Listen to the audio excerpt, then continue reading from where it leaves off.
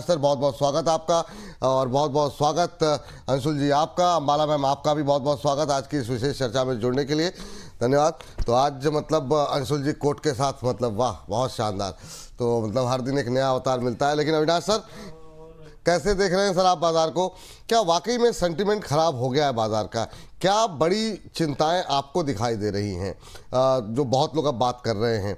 कल अगर देखें एफआईडीआई लगा, कल तो दिन में ऐसा लग रहा था कि शायद पता नहीं कितनी बड़ी बिकवाली होगी, कैश में तो सिर्फ 100 करोड़ की बिकवाली रही, कोई बहुत बड़ा अंतर रहा नहीं। फिर ऐसा क्या हो रहा है बाजार में जो अभी भी कॉन्फिडेंस नहीं आ रहा है?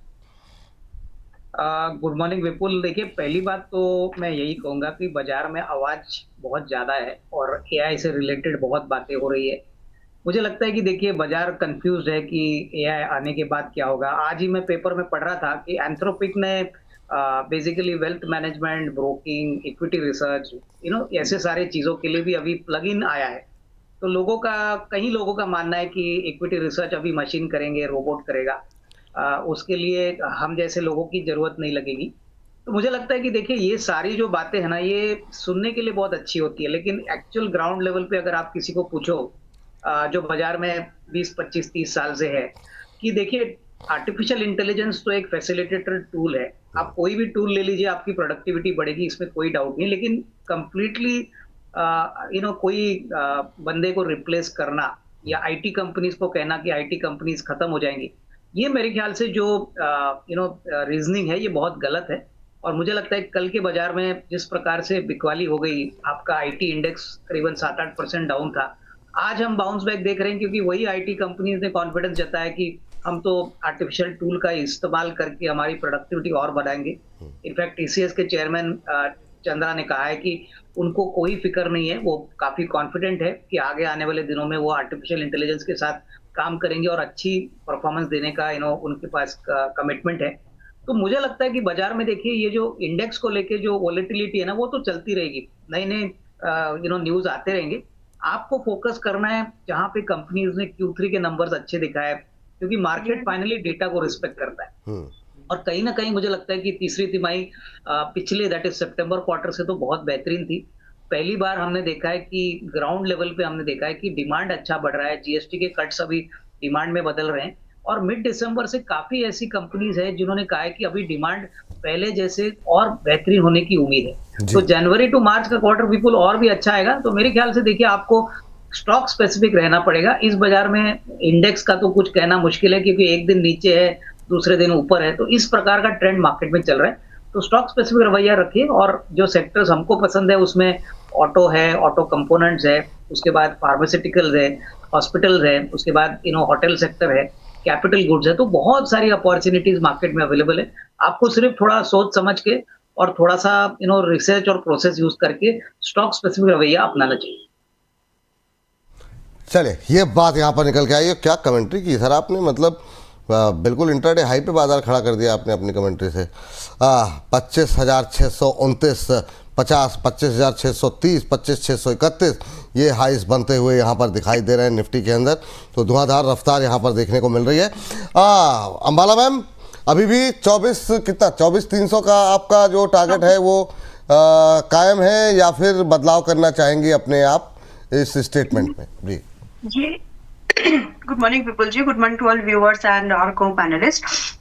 24,300 मेरे लिए सबसे ज्यादा पेन पॉइंट वाला and most beautiful support range है। मतलब यहाँ अगर आ जाए तो बहुत स्मार्ट मनी मार्केट में फ्लोट होगी। एंड रही बात कि इसको मैं किस एंगल से देख रही हूँ कि ये आएगा ही। जब भी मैं बात कर रही हूँ आई एम लाइक कि हम ये आज आना चाहिए और मैं वेट करूंगी। अगर मुझे निफ्टी ईटीएफ के बारे में फ्रेश लॉन्ग प्लान करने हैं तो 24,300 इज समथिंग जहां पर आप बिल्कुल निसंकोच होकर के पैसा लगा सकते हैं। अब इसको आने के लिए विपुल जी 5% है, मैं तब भी यही बोल रही हूँ, अभी भी यही बोल रही हूँ। It's not so far from your current price, just 5% दूर। अब 5% की दूरी के लिए आपकी मर्जी है कि आप सिस्टमेटिक इन्वेस्टमेंट प्लान करोगे तो 5% कोई बड़ी बात नहीं है। लेकिन अगर आप ओवरऑल मार्केट के ट्रेंड के हिसाब से देखना चाहें कि 24,300 ही आएगा और तब मैं पैसा लगाऊंगी या लगाऊंगा, तो सिर्फ 5% की बात है। अब इसके लिए रीजंस बनेंगे। मैं वेट करना चाहूंगी और मैं अभी भी इस चीज को स्टिक हूँ। मैं इसके लिए वेट करना चाहूंगी कि ये भाव आ सकता है, आना चाहिए, और यहाँ पर जब भी आएगा तब भी एक अच्छा पैसा मार्केट में लगा सकते हैं। नाउ द क्वेश्चन यहाँ पर ये आएगा कि क्या हम वेट करते रह जाएं, बिकॉज 5% एक दूरी के लिए क्या हम इतना बड़ा रिस्क ले कि कोई अपॉर्चुनिटी अगर मार्केट में है, क्योंकि निफ्टी 200 दिन के मूविंग एवरेज इसके पास है और यहाँ से अमूमन डाउन साइड हो जाती है लिमिटेड एंड अप साइड हो जाती है एक नए ट्रेंड की फिर शुरुआत होती है। So in and all 24,300 is something जिसका हम वेट कर सकते हैं अगर हमको बहुत बड़ा पैसा लगाना है। ट्रेड करने के लिए ये भाव ठीक है, आप कर सकते हैं इसमें ट्रेड। चलिए ठीक। अंशुल सर, क्या व्यू है सर आपका? कल काफ़ी बातें हुई और हमारे जो सहयोगी रचित जी थे पूरा सेंटिमेंट बता रहे थे खराब हो गया। अब क्या लग रहा है सर अभी से, मतलब ये जो आईटी की रिकवरी है भरोसा कर सकते हैं? क्योंकि निश्चित रूप से कल टूटा भी आईटी की वजह से था, आज रिकवरी भी आईटी की वजह से है। आप कैसे देख रहे हैं सेंटिमेंट को अभी? सर मैं शुरू करना चाहूंगा आपकी टिप्पणी से जो आपने मेरे ब्लेजर पे की, तो उसके लिए आपने, अरे प्रभु, नहीं मैं उसके लिए कहना चाहूंगा, नहीं उतारने की वजह है सर, उसके लिए मैं कहना चाहूंगा मैडम लाल पहन के आई थी तो उसको काउंटर करने के लिए मैं हरा पहन के आया था। अब मार्केट हरा हो गया है तो मैंने उतार दिया, अब संभल ही गया है मार्केट। कल आपको याद होगा बार बार मैं यही कह रहा था कि रेंज का बॉटम 25,532 है, टूटा है तो 25,372 तक आएगा, इससे नीचे नहीं लग रहा है। लास्ट 2:75 मिनट की कैंडल हैमर के साथ क्लोजिंग हुई थी, क्लोजिंग में जहां पे लाइव था वहां पे भी मैं बाई देके गया था। 25,532 पहला टारगेट था जो कि खुलते में ही हो गया। 25,663 दूसरा टारगेट है जो प्रोबेबली इस शो के खत्म होते होते शायद हो जाएगा। प्रॉब्लम मेरी आ रही है बैंक निफ्टी से, जो अब तक रिलेटिव स्ट्रेंथ शो कर रही थी वहां पे थोड़ा सा डल एक्शन हो गया है। 61,360 60,961 इस रेंज में जाके फंस गई है। तो मैं बैंक निफ्टी में, जैसे मैं पहले बोलता था मेरा निफ्टी में इंटरेस्ट नहीं है, केवल बैंक निफ्टी में है, कल मेरा सिर्फ निफ्टी में इंटरेस्ट था, बैंक निफ्टी में नहीं था। लेकिन अभी भी bank Nifty out of site नहीं है। जैसे ही 61,360 के ऊपर आएगी बैंक निफ्टी से दोस्ती वापस हो जाएगी। अभी छोटी सी कट्टी हो रखी है बट 61,360 के ऊपर दोस्ती वापस हो जाएगी। टारगेट 62,000 ऑल टाइम, मतलब टारगेट 62,000 का रहेगा, लेकिन ऑल टाइम हाई की जो रेंज है 61,678 वहां पे एक बार अटक सकती है, बट टारगेट 62,000 रहेगा। तो बस केवल 61,360 के ऊपर 75 मिनट के चार्ट की क्लोजिंग का वेट कीजिए, क्योंकि कल भी आप देखिए कल यही 10:30 बजे वाले शो में जब हम बात कर रहे थे निकला उसके ऊपर, लेकिन क्लोजिंग उसके नीचे आई। तो जो अति उत्साही लोग क्लोजिंग का वेट किए बिना चढ़ गए, अगली ही कैंडल में 350 375 पॉइंट नीचे दिया, सीधा रेंज का लो 60,961। तो फिर वही चीज कहूंगा, अति उत्साह की जगह थोड़ा सा महंगा खरीद लीजिए, लेकिन कंफर्मेशन का वेट कर लीजिए। 61,360 के ऊपर 75 मिनट की कैंडल क्लोज हो जाए, आराम से बाई कर लीजिएगा, 62,000 मिल जाएगा। 61,678 एक बार अटक सकता है, but bump in the road है, स्पीड ब्रेकर की तरह, जहां स्लो हो सकती है स्पीड, 62,000 के पहले रुकेगा नहीं। दूसरा दो फ्रेश ट्रेड है सर और 3 अपडेट है। पहले क्या दे दूं? पहले सर फ्रेश ट्रेड दे दीजिए, उसके बाद से अपडेट दे दीजिए जैसा। चल फ्रेश ट्रेड ले लीजिए। जो अविनाश जी ने कहा आईटी से ही शुरुआत करते हैं। इन्फोसिस ले लीजिए, इन्फोसिस बहुत बेहतरीन लग रहा है। मतलब डाउन साइड इसमें फिलहाल के लिए डन है, बाउंस बैक बन सकती है। 1318 1319 के आसपास चल रहा है, यहाँ पे ले लेना चाहिए। 1318 पे स्टॉप लॉस लगा लीजिए 1295 रुपए का, और टारगेट लगा लीजिए आप 10 डे मूविंग एवरेज का, जो कि है 1362 है। 2-3 दिन में अगर टारगेट आया तो 1350 1355 1365 ले लीजिए। 1355 1365 ये टारगेट आप ले लीजिए इसमें इन्फोसिस में। और दूसरा मैं भूल गया मेरे को क्या देना था।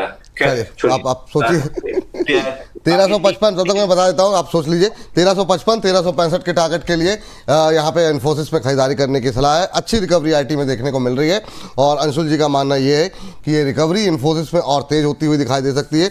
1295 का एक स्टॉप लॉस लगाने की सलाह दी गई है।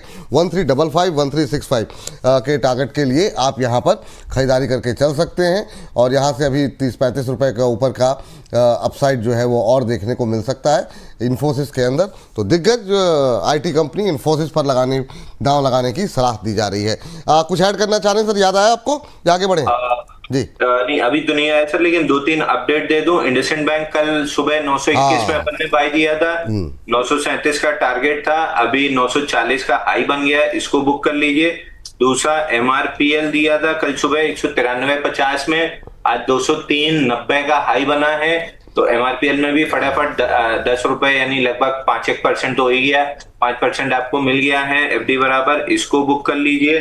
तीसरा श्रीराम पिस्टन, आपको याद होगा श्रीराम पिस्टन अपन देखे गए थे 3150 पे, कल भी हाई बना था और आज भी लगभग वहीं पे हाई बना है 3230 का, 3250 अपना टारगेट था, तो यहाँ पे भी प्रॉफिट बुक कर लेना चाहिए। तो इन 3 चीज में प्रॉफिट बुक कीजिए। दूसरा भी नोट किया था, हाँ, थंगमलाई ज्वेलर्स, थंगमलाई ज्वेलर्स 3820 रुपए पे इसको बाई करना है, नया बाई 3820 रुपए पे।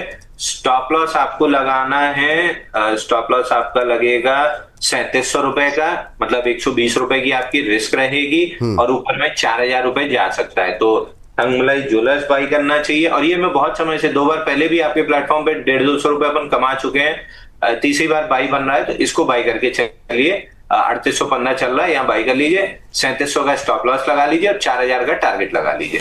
4000 के टारगेट के लिए थंगामलाई ज्वेलरी खरीदारी करने की सलाह है। 3700 का स्टॉप लॉस लगाइए, यहाँ पर ये सलाह दी जा रही है। तो 2 ट्रेड अभी तक निकल करके आए हैं, इन्फोसिस और थंगामलाई, एक काइटी एक जेमसन ज्वेलरी, दोनों में ही बीच में प्रेशर देखने को मिल रहा था, अब रिकवरी है इन्फोसिस और थंगामलाई। इन्फोसिस 1355 1365 के टारगेट के लिए स्टॉप लॉस लगाइए 1295 का, अभी 1320 के आसपास ट्रेड करता हुआ।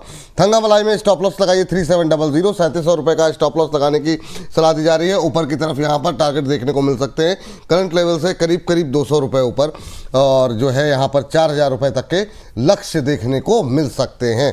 तो ये 2 ट्रेड फिलहाल अंशुल जी की तरफ से निकल करके आते हुए आगे बढ़ते हैं। सर, आपकी एक्सपेक्टेशन अविनाश सर क्या है अब मार्च सीरीज से? मार्च सीरीज अगर हम देखें तो जो इतिहास कहता है, अगर 2021 से लेकर के अभी तक के ट्रेंड को देखें तो मतलब एक बार को छोड़ दिया जाए तो लगातार हम देख रहे हैं कि मार्च सीरीज के अंदर सकारात्मक व्यू रहा है, और कई बार तो 3-4%। ये देखिए पिछले 6 सीरीज से बैंक निफ्टी लगातार पॉजिटिव रहा है, 7000 अंकों की तेज़ी यहाँ पर रही है। मार्च सीरीज में निफ्टी के लिए ज़्यादातर पॉजिटिव रही है। फरवरी सीरीज जो है वो में क्या कुछ स्थिति रही वो भी आप देख रहे हैं।